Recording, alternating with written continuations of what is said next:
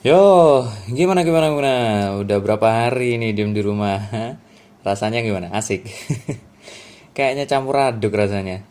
Mungkin ada yang seneng, ada juga yang enggak. Karena emang enggak semua orang terbiasa berdiam diri di rumah. Apalagi yang sumber penghasilannya harus dengan beraktivitas di luar rumah. Nggak bisa dikompromi emang kalau kayak gitu. Ya dilematis sih kondisinya kayak gini. Tapi harus keluar rumah. So, sebelum lanjut saya ucapkan selamat datang di episode 34 Suka Duka di masa-masa penyebaran virus Corona. Siniar Raji Bersenandung.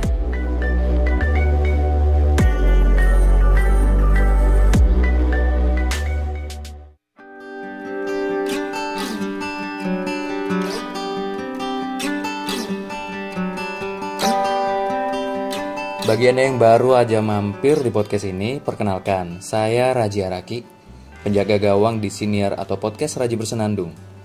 Podcast ini berisi tentang segala bentuk opini, sharing cerita-cerita kehidupan seorang Raji Araki. Meskipun jelas tidak semuanya saya ceritakan di sini, karena yang saya bagi adalah kisah yang sebisa mungkin berguna sebagai pelajaran untuk orang banyak. Dan juga mungkin kritikan dalam bentuk apapun. Demi perubahan sosial yang positif sih, semoga. Anyway, selama masa-masa penyebaran virus corona kayak gini, emang lebih baik stay at home. Tapi saya sendiri nggak melarang Anda yang memang butuh banget dan harus banget keluar rumah. Ya, saya tuh siapa juga nggak punya hak untuk melarang juga. Karena tiap orang juga punya urusan masing-masing kan ya. Macem-macem lah. Apalagi Anda yang memang sumber penghasilannya harus didapat dengan aktivitas di luar rumah. Ini yang memang gimana lagi gitu. Asal tetap kudu hati-hati aja dan jaga diri semaksimal mungkin. Ikut saran-saran yang sudah disampaikan lah. Saya yakin di mana-mana, di media sosial, baik WhatsApp, Instagram, Twitter mungkin pasti ada bukan penanganan tapi lebih ke pengarahan gitu, bagaimana kita tetap bisa menjaga diri sebisa mungkin, semaksimal mungkin untuk terhindar dari penyebaran virus corona meskipun harus beraktivitas di luar. Sebenarnya yang bikin saya pribadi ngeri sama virus ini tuh kalau sampai meninggal. Itu ngeri banget. Bukan meninggalnya sebenarnya yang horor, tapi cara dimakaminya. Nyentuh aja nggak boleh loh, soalnya bakal ketularan virus kalau kita sentuh. Ngeri sih, beneran. Habis itu harus dibungkus plastik tertutup. Gimana gitu rasanya? Soalnya nggak kayak biasanya. Ya karena ngeri itulah saya berusaha menghindari. Masih hidup gini aja saya pribadi berusaha buat nggak ngerepotin orang lain. Meskipun ujung-ujungnya memang sering ngerepotin memang. Saya akui. Tapi kalau sampai naudzubillah gitu saya nanti meninggal kemudian harus sampai ngerepotin orang lain dan menyiksa batin mereka bahkan, ya rasanya saya menjadi pribadi yang nggak guna banget. Ngerepotin di sini maksud saya merugikan orang lain. Saya nggak pengen nanti ketika saya naudzubillah ya sampai meninggal gitu, itu jenazah saya itu berpotensi nyebarin penyakit ke orang lain yang masih hidup. Mereka kan punya cita-cita yang masih bisa diraih, perjalanan hidup mereka masih panjang, kan kasihan jadinya. Masa iya gue ngajakin orang lain buat mati kayak gue? Nggak mungkin kan. Harus ya, akhirnya saya berusaha untuk menghindari. Jadi sampai hari ini saya tetap memilih untuk isolasi diri aja. Saya khawatir tiba-tiba saya nularin orang atau saya ketularan orang tiba-tiba, nggak tahu kan. Cuma ya kalau mau keluar ya seperlunya aja. Seperlunya kalau misalkan mau beli nasi atau beli bahan pokok gitu, ya kebutuhan seperlunya aja. So, ngomong-ngomong soal masa-masa penyebaran virus corona dan isolasi diri ini, emang ada suka dan ada dukanya. Ketika penyebaran virus corona kayak gini, mau nggak mau kita yang nggak harus keluar rumah ya, memang harus stay di rumah. Kalau udah isolasi diri di rumah, di kamar mungkin kita bisa melakukan hal-hal yang menurut saya sih menyenangkan. Mungkin karena saya terlalu terbiasa dengan berdiam diri di rumah ya. Anak rumahan. Ya sebenarnya ada hal yang menyenangkan yang bisa kita lakukan ketika isolasi diri. Kayak Misalkan kita bisa melakukan aktivitas-aktivitas baru di luar kebiasaan kita. Ya, semacam bentuk penyegaran lah buat diri dan otak. Soalnya mau gak mau kan tubuh kita melakukan hal lain gitu, hal baru di luar kebiasaan kita. Mungkin biasanya kalau tiap pagi pergi ke kantor, pulang-pulang sore atau malam gitu, terus kondisi udah capek banget gitu. Tinggal tidurnya gitu aja kan biasanya aktivitas tiap hari. Nah, dengan isolasi diri kayak gini, kita bisa melakukan atau mencoba aktivitas-aktivitas baru yang ya di luar itu tadi, di luar pagi ngantor, pulang malam, langsung tidur, capek gitu. Apalagi buat kita atau siapapun Anda yang tempat kerjanya sudah menerapkan WFH atau work from home. Ya, atau kawan-kawan siswa dan mahasiswa yang metode belajarnya sudah dirubah ke sistem daring, jadi nggak perlu ke sekolah atau ke kampus, itu ya menguntungkan. Jadi ketika di rumah Anda bisa melakukan aktivitas baru. Cuma gitu, yang produktif memang. Aktivitas-aktivitas produktif kayak gini tuh bisa dikerjain di sela-sela kalau lagi suntuk ngerjain tugas kantor di rumah atau tugas dari sekolah atau kampus gitu, pusing, ya udah lakukanlah aktivitas-aktivitas baru. Mungkin sebagai contoh ya, kita bisa mencoba yang jarang baca buku, bisa baca buku. Mau buku motivasi, buku komik, novel. Komik tuh buku nggak ya? Bentuknya sih buku, cuma ada yang bilang komik itu bukan buku. Bodo amat. Mau buku motivasi, komik, novel, buku pengetahuan sosial politik mungkin, yang anak-anak aktivis, filsafat, dan lain-lain lah pokoknya, apapun, menambah wawasan. Bisa juga mencoba untuk, selain baca ya, bisa juga untuk senam tipis-tipis. Di YouTube kan banyak tuh video senam kayak senam Ayo Bersatu, SKJ 2004, senam pramuka, poco-poco, apalagi Ayo Bangkit. Ketahuan banget generasi tahun berapa. Anyway, senam yang baru itu apa ya? Yang pakai lagu Gemu Famire itu juga bisa dipakai buat senam. Biasanya nyebutnya Maumere, lagu Maumere. Itu bisa juga, bebas pokoknya. Yang penting tubuh kita bergerak gitu, senam. Kan bisa tuh dilakukan di indoor atau outdoor di depan rumah. Cuma ya karena membatasi keluar rumah, di dalam juga bisa. Pakai laptop gitu atau pakai TV di rumah, senam bareng sekeluarga, kan asik. Terus bisa juga nyanyi-nyanyi kalau mau ya. Biasanya kan orang-orang gabut nyanyi-nyanyi. Nah, ini mumpung Anda di rumah, kalau lagi suntuk ngerjain tugas, cobalah buka YouTube karaoke ala-ala dari laptop. Bisa kan? Nggak apa-apa buat refreshing aja. Siapa yang melarang gitu. Atau belajar alat-alat musik kalau mau. Ini bagi Anda yang mungkin belum bisa mainin alat musik satu pun, maka ini kesempatan emas buat Anda untuk belajar alat musik beneran. Contoh ya, gitar gitu. Biar romantis sedikit lah, main gitar. Cowok-cowok, Anda kalau belum main gitar, Anda kurang romantis ya. Atau mungkin bisa coba belajar biola, piano, apapun dah. Saya jujur pengen belajar biola. Main gitar udah bisa meskipun gak semua kunci saya mahir gitu. Piano juga paling bisa nekan touch-nya yang do, re, mi, fa, sol, la, si, do aja. Kunci-kuncinya gak hafal. Cuma kalau biola itu kayaknya menarik deh. Kayak ketika saya bisa main biola itu kayak auranya itu nyebar ke seluruh penjuru dunia. Cewek-cewek kelopak-kelopak. Dan juga sisi maskulinnya muncul. Waduh, ngeri. Bukan maskulin, karismatiknya ada. Karismatiknya langsung nabrak ke mukanya semua orang. Bus, kagum semua orang. Waduh. Ya itu bayangan aja sih. Punya cita-cita gitu buat bisa belajar biola. Tapi entahlah, beli biolanya aja belum bisa. Gampang itu. Kemudian bisa juga mencoba untuk dengerin podcast. Kayak gini nih, dengerin podcast kan Anda ya. Indonesia punya banyak banget podcast. Salah satunya ya yang Anda dengerin ini. Bahkan dengerinnya bisa dari mana-mana. Bisa mendengarkan dari Spotify, Apple Podcast, atau Google Podcast, Anchor, dan lain-lain. Atau kalau mau nih ya, ayo tantang diri Anda untuk bikin podcast. Bisa loh, gampang kok. Gak percaya? Ini, cuma modal HP, ngomong, terus direkam, gitu aja. Habis itu diupload, habis itu sebar linknya kemana-mana. Mudah banget. Nanti kapan-kapan saya bikin episode khusus buat bikin podcast. Ya semoga ingat lah. Yang penting caranya itu tadi gampang banget.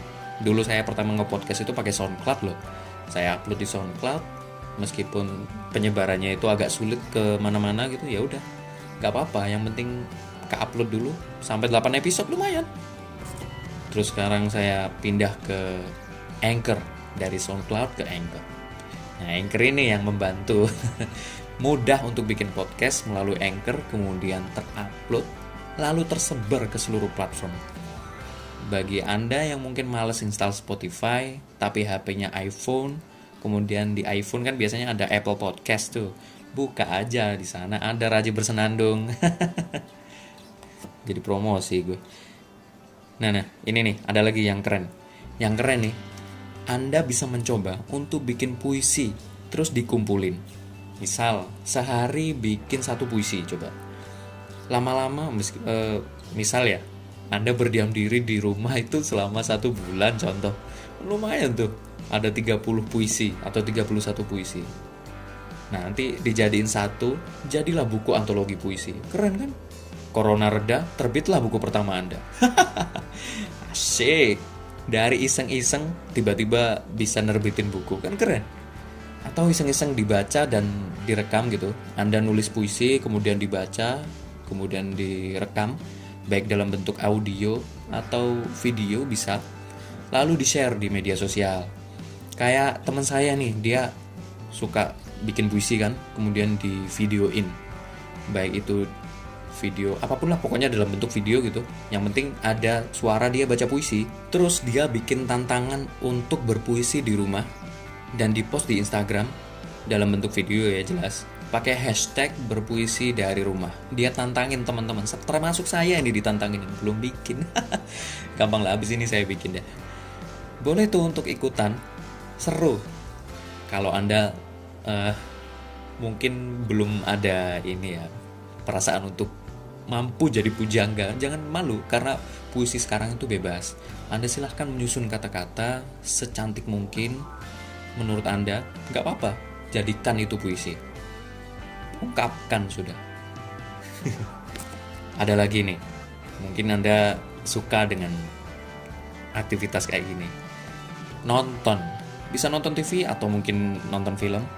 Yang pengen maraton drakor boleh kok. Drama Korea ya.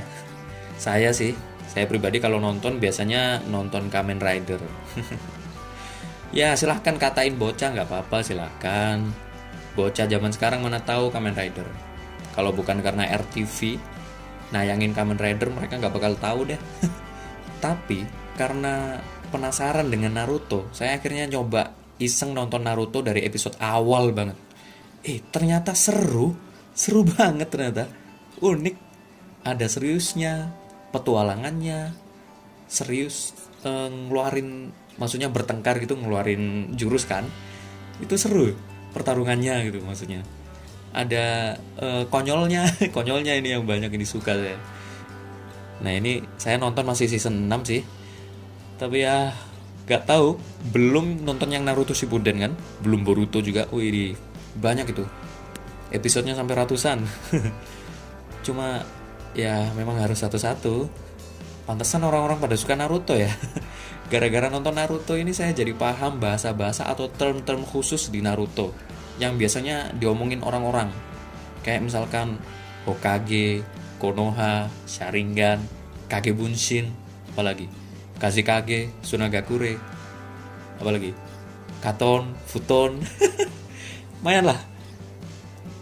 Dan masih banyak lagi pilihan-pilihan aktivitas untuk mengisi hari-hari Anda selama isolasi diri di rumah.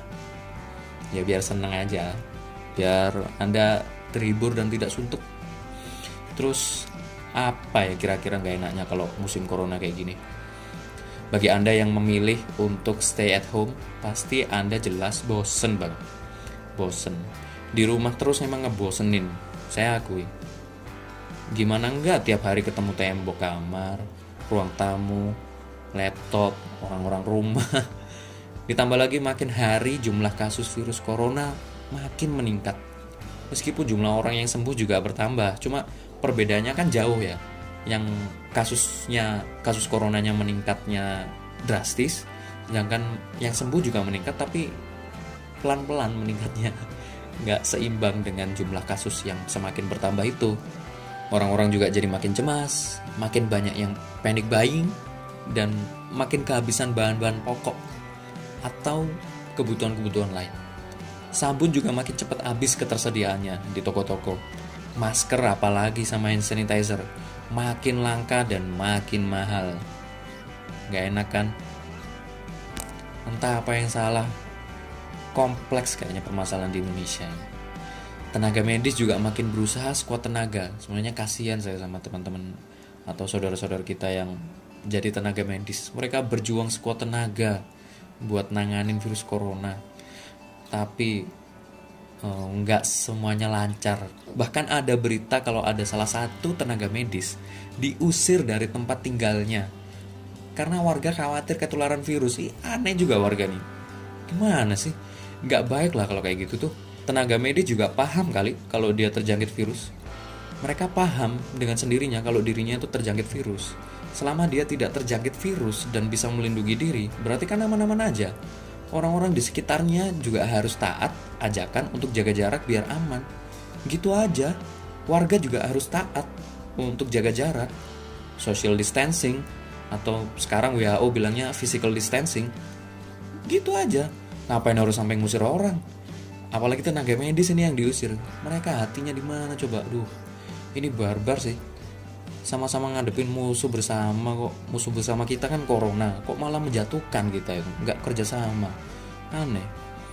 Udah kalau dibilangin buat nggak keluyuran malah tetap keluyuran. Susah dibilangin gitu. Anyway, yang penting nggak perlulah kita saling menyakiti di masa-masa darurat kayak gini. Udah nggak perlu. Kita harus tetap kerjasama. Tapi nggak harus ketemuan deh. Gak apa-apa, social distancing atau physical distancing demi menghadapi corona. Apalagi sampai kayak gitu tadi tuh, jangan sampai kelewatan itu udah. Bahkan susah banget sih dinasehatin itu orang-orang tuh. Buat nggak ada di kerumunan itu susah banget. Heran gue. Biar nggak ngopi itu sulit banget. Lagi pula kalau mikirin gak enaknya terus nggak bagus kan ya. Ya psikis kita nanti kena. So, ajakan-ajakan kayak gitu jangan dipikir negatif. Nanti kalau dipikirnya negatif, psikis kita yang kena. Kalau psikis kita yang kena, ya sakit itu akan makin mudah datang. Kekebalan tubuh kita juga berpengaruh gitu. Mending daripada saling menjatuhkan, kemudian berusaha menyingkirkan saudara kita dengan rasa ego yang sangat tinggi, mending kita lakuin apa yang bisa kita lakukan. Dan tentu yang positif jelas. Bukan yang destruktif. Atau malah menghancurkan tatanan, hubungan sosial, bahkan merugikan diri sendiri lah. Kita tahu semuanya, kita tahu kalau virus corona itu vaksinnya masih dicari. Jadi ya, yang bisa kita lakuin ya harus berusaha untuk membuat diri kita terhindar dari paparan virus. Itu aja. Semoga kita selalu aman. Terima kasih tak terhingga saya ucapkan kepada seluruh tenaga medis di Indonesia yang berjuang tanpa mengenal rasa lelah untuk menangani virus corona. Pun juga seluruh masyarakat Indonesia, juga pemerintah. Bagi pemerintah, baik mau diputuskan lockdown atau tidak, yang jelas pemerintah kudu tegas melakukan penanganan. Kami yakin Anda yang berada di jabatan-jabatan pemerintah adalah orang-orang hebat yang mampu membuat keputusan yang bijak walaupun dalam keadaan genting seperti ini. Dan saya yakin Anda semua lebih mengutamakan kami warga Indonesia daripada egoisme Anda sendiri. Bagaimana tidak genting kan suasananya kayak gini ya? Sudah kondisi kesehatan masyarakat makin mengkhawatirkan, kondisi ekonomi juga butuh perhatian khusus. Kami percaya pemerintah bisa, karena Anda orang-orang hebat. Masa iya kami memilih orang yang tidak hebat gitu? Semoga dimudahkan dan diberikan jalan keluar terbaik. Amin, amin ya rabbal alamin. Terima kasih dan sampai jumpa di episode berikutnya.